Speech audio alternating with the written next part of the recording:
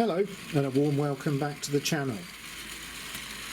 We're just watching this dock shunter going around the test track.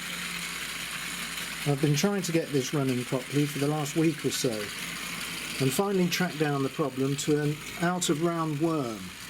Must have been just drilled out of centre, faulty one. So I've pulled it off the armature, put a second hand worm on, and now it's running beautifully. So I've just got it pulling some of these old style wagons to run it in, and then hopefully we'll watch it on the main layout next week. Now, following on from last week, I said I'd be looking for my point motors. Well, I found my box of point motors and a few switches, so we're going to commence, hopefully, spare time allowing, to start electrifying a few of the points. So I'm looking forward to hopefully next week having some working points. Another update from last week, you may remember I started using this H&M 4000. Well, unfortunately, after last week's video I had a malfunction. The left side, all the LEDs went dim, and if you do go back and watch the video you might notice I pressed the direction button a couple of times because I noticed that this LED went dim first of all. Well, they suddenly all went out, or very dim, on this side. I unplugged it, put it back on, exactly the same. So I was a bit worried it might be the chip or something difficult, but I just took it apart and I decided, and it's a good idea with electronic items once they get to 20 or so years old, I just decided I'd probably replace the electrolytic capacitors. And in the HM4000 there's only four that I could see. So I buy them in strips of 5 from a well-known auction site. A word of advice, please avoid the really cheap ones. I mean, these are by a respected make and they're not too expensive. I think these 10 capacitors were less than £5 delivered. But it's a waste of money just buying cheap ones because they're usually out of tolerance or they won't work. But anyway, I'm pleased to say after renewing the capacitors it's switched on and it's worked fine ever since. So I'm happy to report that.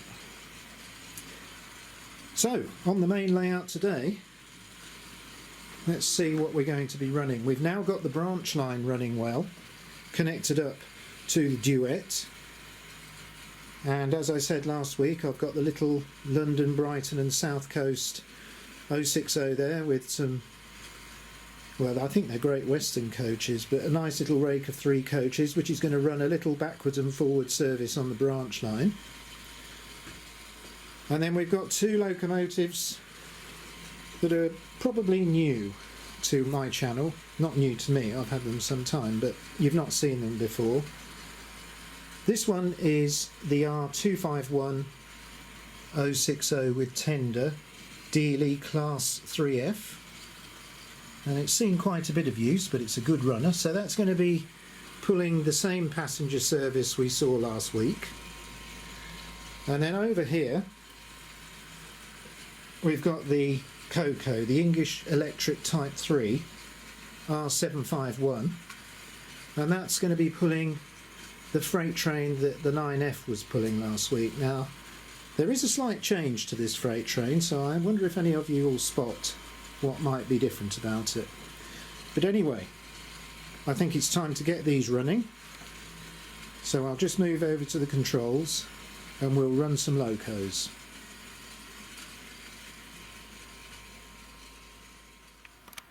Welcome back. Just got myself a cup of tea. Rain's coming down again outside, so I can have a bit more fun in here, I think. I've just stopped the dock shunter on the test layout and I've moved all these locos round to the back of the main layout. So I thought we'd start them off one by one. I think first of all we'll just move this little local service. So there's another platform on the branch line just there. So let's back up this little 060 London, Brighton and South Coast livery tank with its little I think they're Great Western, yeah, Great Western coaches. And just get this round the branch line. So we just negotiate a couple of crossovers there, a couple of points, and then we've got the 2 diamond crossings over the main lines, and we're back to the platform. Little coaches rocking around a bit. They're super light, these coaches, and I think they might benefit from a little bit of weight. Right, well that's going to wait there a little while. Next service doesn't start for a bit, so let's get this crimson 3F with tender moving. Just moving away slowly from the station.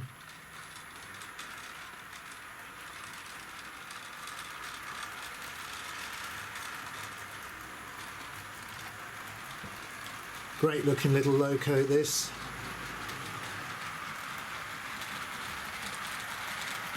Look at that. They knew how to make some pretty good stuff, Triang. I love the look of this little loco.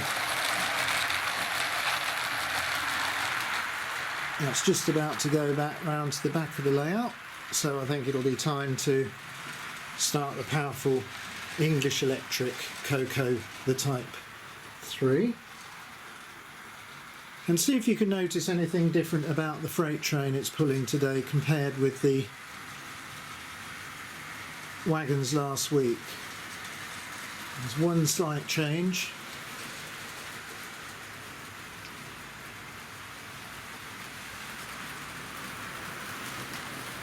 Here it comes, look at that, magnificent.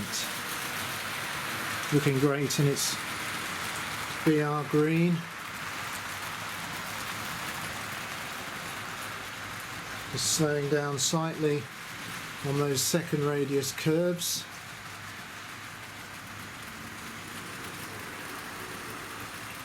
Okay, well they're both running round the main lines quite nicely. Deeley on the down main line and the English Electric on the up main line. Well, let's get this local service moving again. So we'll just wait for the freight train to cross. And away we go.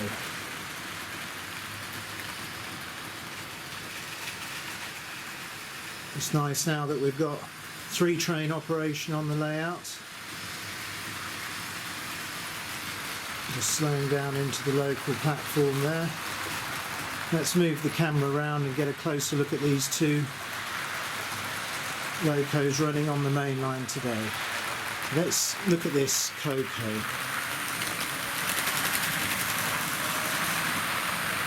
Let's hear that lovely, quiet, powerful. Just slows down on those second radius curves a bit. That won't happen so much when the nickel plated track is down. And here comes the little 3F.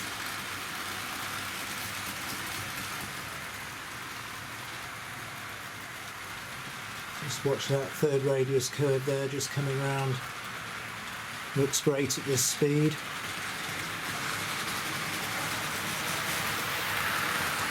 Just follow this around a bit.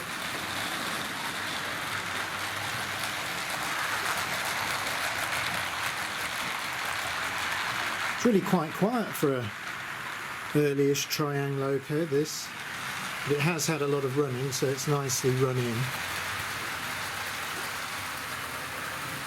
And these Cocos, well, this type of bogie unit can be quite noisy.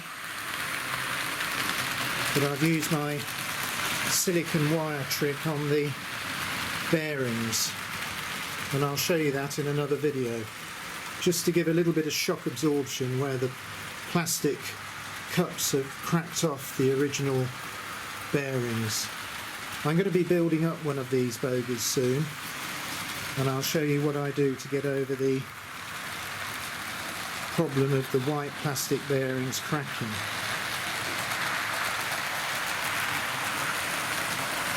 In fact, it will be on another brush type too, because I bought one on a well-known auction site the other week as a source of spares for my brushes.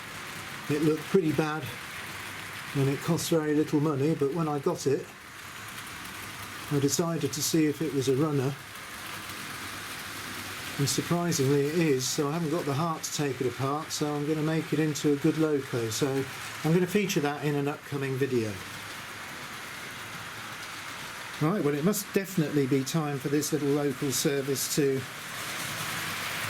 come back to the platform by the near edge of the layout, so we're going to start reversing round.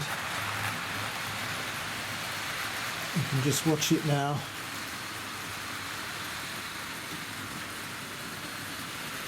Coming past the recently plated nickel track, crossing over the two main lines safely, and coming to a nice stop at the platform. Meanwhile, the other locos carry on going round, and that's a nice looking train and coaches there, I think. I don't know whether Triang ever produced any Hornby, actually, wasn't it 1979 Hornby, whether they ever produced anything specific for this loco to pull. Let's just watch these two come round again, and then I think it'll be time to pull them into the station. So I'm going to start decelerating the freight train now, and that's just going to pull into the station on the back of the layout and slowly come to a halt, and then we'll do the same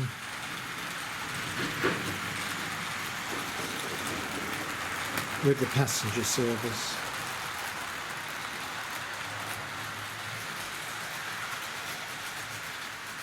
And slowly decelerate now. I'm just driving this, I'm not using the inertia control on the HM4000 at the moment. I am getting used to it, but until I get the nickel track down, I don't really think we're going to see the best of it. So just slowing down now. And maybe now you can hear the rain on the roof. But I think it's time for me to finish my cup of tea. So, I've got point motors now, which hopefully I can get a few operational points for the next video, and then we can enjoy maybe switching a few trains from one line to the other and bring these reversing and other loops into operation. So plenty to look forward to, and if the weather stays like this, I think I might get more time up here, hopefully, to get this layout a little bit more operational. So until the next video, for now, I'll say goodbye.